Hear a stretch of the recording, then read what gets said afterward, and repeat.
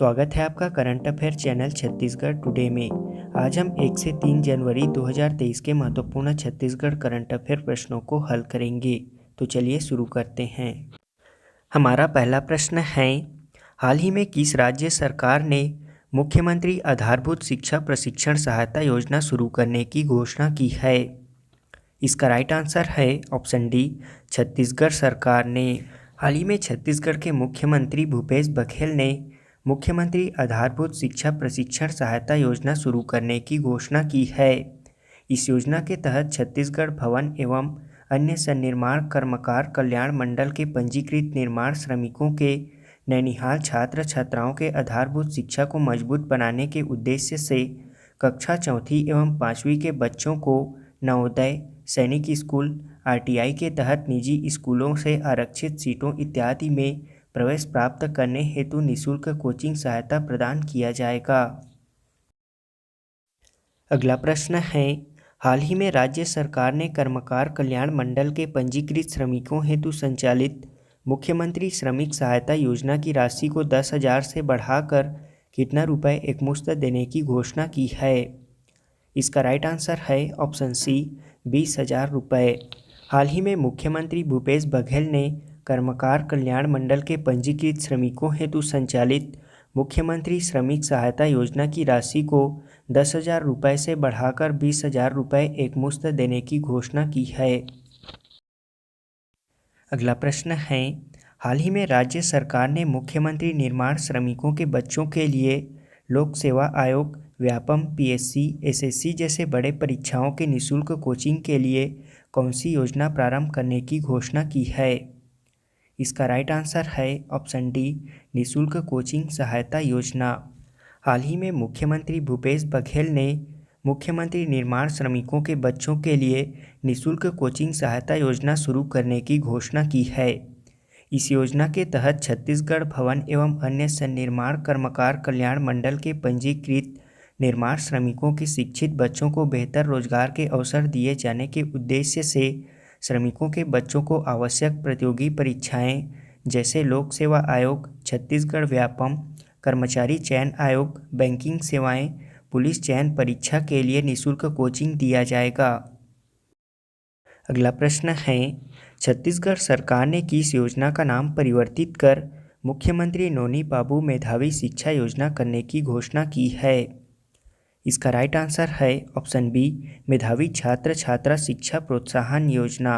मुख्यमंत्री भूपेश बघेल ने छत्तीसगढ़ भवन एवं अन्य सन्निर्माण कर्मकार कल्याण मंडल के पंजीकृत निर्माण श्रमिकों के लिए संचालित मेधावी छात्र छात्रा शिक्षा प्रोत्साहन योजना के नाम को परिवर्तित कर मुख्यमंत्री नोनी बाबू मेधावी शिक्षा सहायता योजना करने की घोषणा की है।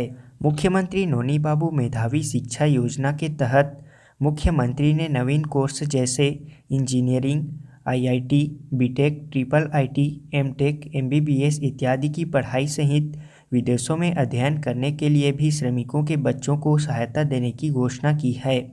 उन्होंने इन सभी पाठ्यक्रमों में पढ़ाई करने के लिए श्रमिकों के बच्चों को प्रवेश शुल्क, शैक्षणिक शुल्क, आवास एवं भोजन शुल्क में सहायता प्रदान करने के साथ ही प्रतिवर्ष स्टेशनरी के लिए 2,000 रुपये की सहायता देने की घोषणा की है।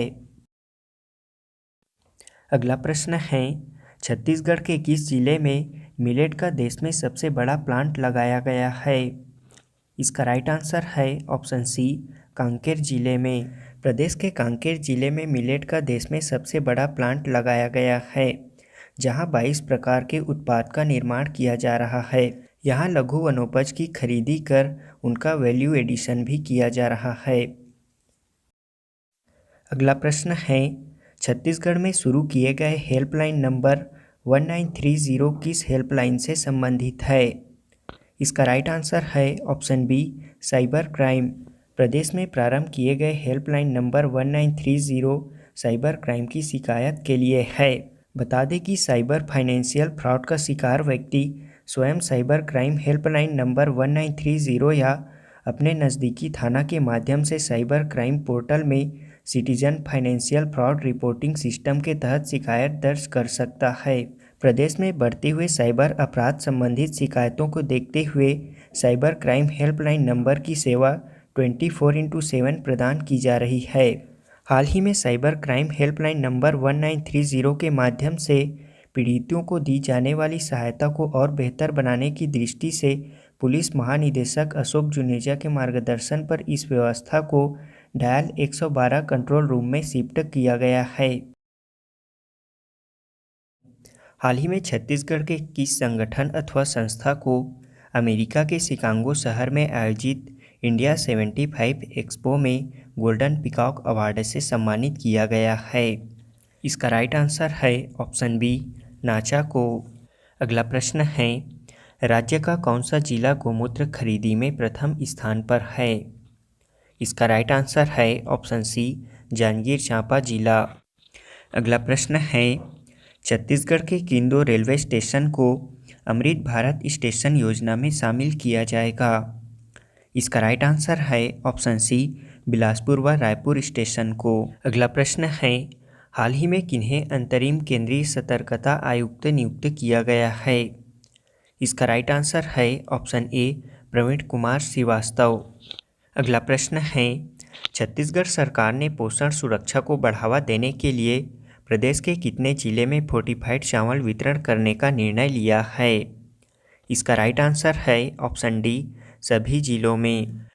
अगला प्रश्न है, छत्तीसगढ़ सरकार ने हाल ही में मुख्यमंत्री वृक्ष संपदा योजना को स्वीकृति प्रदान की है। इसके तहत 5 वर्षों में कितने लाख एकड़ में पौधे रोपित किए जाने का लक्ष्य रखा गया है? इसका राइट आंसर है ऑप्शन सी, 1,80,000 एकड़ में। अब हम पिछले क्विज का आंसर जान लेते हैं। पहला प्रश्न है, प्रदेश में महिला स्व सहायता समूहों द्वारा गोबर से विद्युत बनाने के लिए छत्तीसगढ़ बायोफ्यूल विकास प्राधिकरण और किसके मध्य एमओयू किया गया है? इसका राइट आंसर है ऑप्शन बी, भाभा परमाणु अनुसंधान केंद्र के मध्य। बता दें कि छत्तीसगढ़ सरकार गौठानों में गोबर आधारित विद्युत संयंत्र लगाने की तैयारी कर रही है। इसके लिए छत्तीसगढ़ बायोफ्यूल विकास प्राधिकरण और भाभा एटॉमिक रिसर्च सेंटर के मध्य एमओयू हुआ है। अगला प्रश्न है, फरवरी 2022 में इंदिरा गांधी कृषि विश्वविद्यालय के नए कुलपति कौन नियुक्त किए गए हैं? इसका राइट आंसर है option B, doctor Girish Chandel को। इंदिरा गांधी कृषि विश्वविद्यालय के कुलपति डॉक्टर गिरीश चंदेल नियुक्त किए गए हैं। अगला प्रश्न है, भारतीय बाल कल्याण परिषद द्वारा छत्तीसगढ़ से किसे राष्ट्रीय बाल वीर पुरस्कार 2021 से सम्मानित किया गया है? इसका राइट आंसर है ऑप्शन सी, अमन ज्योति जाहिरे को। भारतीय बाल कल्याण परिषद नई दिल्ली द्वारा प्रदेश के कोरबा जिला निवासी अमन ज्योति जाहिरे को राष्ट्रीय बाल वीर पुरस्कार 2021 से सम्मानित किया गया है। अगला प्रश्न है, छत्तीसगढ़ राज्य विधिक सेवा प्राधिकरण बिलासपुर द्वारा पेंशन एवं जनोपयोगी सेवाओं से संबंधित मामलों के पीड़ित पक्षकारों को त्वरित विधिक सहायता प्रदान करने के लिए किस अभियान का प्रारंभ किया गया है? इसका राइट आंसर है ऑप्शन बी, अनुतोष अभियान। बता दें कि छत्तीसगढ़ राज्य विधिक सेवा प्राधिकरण बिलासपुर के कार्यपालक अध्यक्ष न्यायमूर्ति गौतम भादुड़ी के निर्देशानुसार राज्य विधिक सेवा प्राधिकरण बिलासपुर के द्वारा अनुतोष अभियान प्रारंभ किया गया है। इसका उद्देश्य पेंशन एवं जनोपयोगी सेवाओं से संबंधित मामलों के पीड़ित पक्षकारों को त्वरित विधिक सहायता उपलब्ध कराना है। अगला प्रश्न है, प्रदेश में परशुराम ढोलकल महोत्सव 2022 का आयोजन किस जिले में किया गया था?